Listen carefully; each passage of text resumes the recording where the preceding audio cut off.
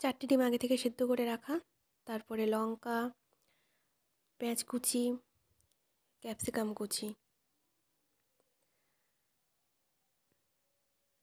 এরপরে কেটে নেওয়া হলো প্রত্যেকটা ডিম মাঝখান দিয়ে। আমরা অর্ধেক সেদ্ধ খাই বলে অর্ধেক সেদ্ধ করা হয়েছে। কড়াটা একটু গরম করে তেল দেওয়া হলো, একটু হলুদ, জোরটা কমিয়ে দিয়ে হালকা করে ঘাঁটা হলো। এরপরে সে কেটে রাখা ডিমগুলো দেওয়া হলো, আস্তে আস্তে দিতে হবে সবগুলো যেন তেল না ছিটকায়। প্রত্যেকটা দিয়ে দেওয়া হলো আস্তে আস্তে। এইভাবে দিলে কুসুমগুলো ভেঙে যায় না আর কি।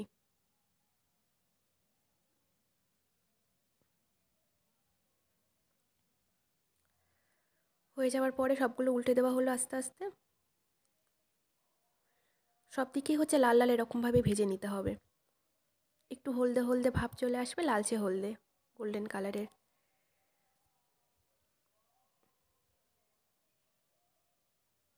ঘাঁটা হচ্ছে বারবার।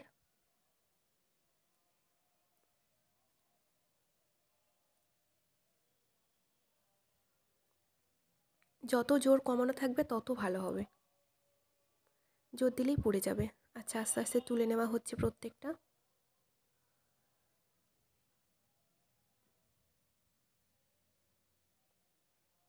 দেশি মুরগির ডিম বলে ছাড়িয়ে যাচ্ছে সব।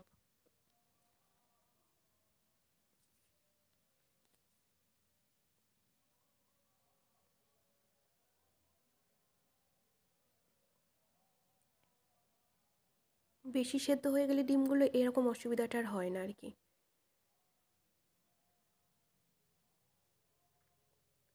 ওই তেলের মধ্যে একটু কালো জিরে দেওয়া হলো, সামান্য দিতে হবে, একটু হলুদ, জোর কমিয়ে দিয়ে একটু ঘাঁটা হলো, জোর দিলে পুড়ে যাবে হলুদটা। তারপরে পেঁয়াজ কুচি, এখানে আমরা দুটো মতো পেঁয়াজ নিয়েছিলাম ছোট ছোট। আগে থেকে হলুদটা দিলে তেলটা ছিটকায় না।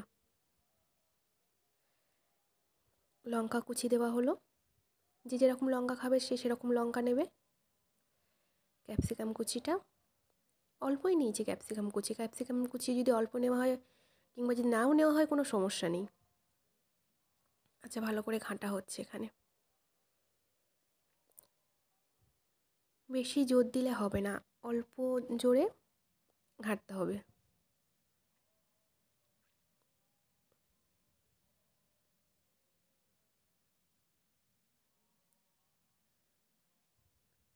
একটু হলুদ গুঁড়ো,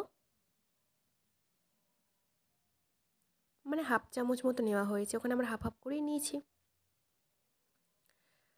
পরিমাণ মতো লবণ, এটা জিরে গুঁড়ো, জিরে গুঁড়ো সামান্যই দেওয়া হয়েছে। এবারে ভালো করে ঘাঁটতে হবে। এই তরকারিটা যত ঘাঁটা হবে ভালো, তত ভালো লাগবে। আর জোর দিলে তো হবেই না, আগে বলেছি। ভালো করে ঘাঁটতে হবে।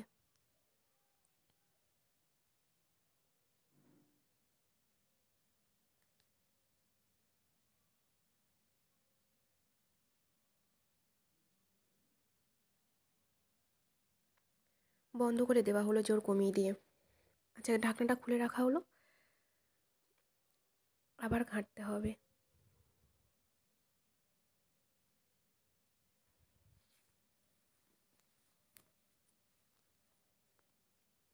এর মধ্যে যদি মটরশুঁটি দেওয়া হয় তাহলে টেস্ট আরও ভালো হয়, তখন মটরশুঁটিটা সেদ্ধ করে দিতে হবে।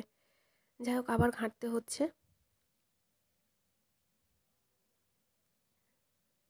ছোট ছোট তেল ছাড়ছে ভেতরে, যখনই তেল ছাড়বে তখন অল্প অল্প করে জল দিতে হবে। খুব বেশি হলে 2 চামচ মতো জল দেওয়া হয়েছে, তাহলে পেঁয়াজ যে ভাজাটা হয়েছে না সেটা, পেঁয়াজটা ভালোভাবে সেদ্ধ হবে, খেতে টেস্টি হবে আরও।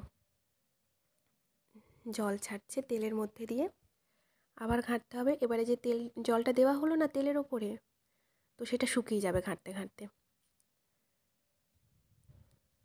ডিমগুলো এবার আস্তে আস্তে দিয়ে দেওয়া হলো।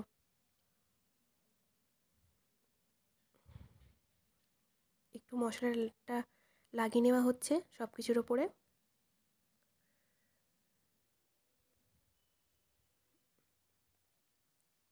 সামান্য একটু ঘেটে দিতে হবে যাতে চারিদিকে মিশে যায় মশলাটা। বন্ধ করে দিতে হবে এরপরে। আচ্ছা, কিছুক্ষণ পরে খুললাম, 5 মিনিট পরে। যত কমানো আছে, অসুবিধা হবে না, পুড়েও যাবে না। এই যে এরকম কালারের একটা হবে, আর আমাদের রান্না এখানেই হয়ে যাবে।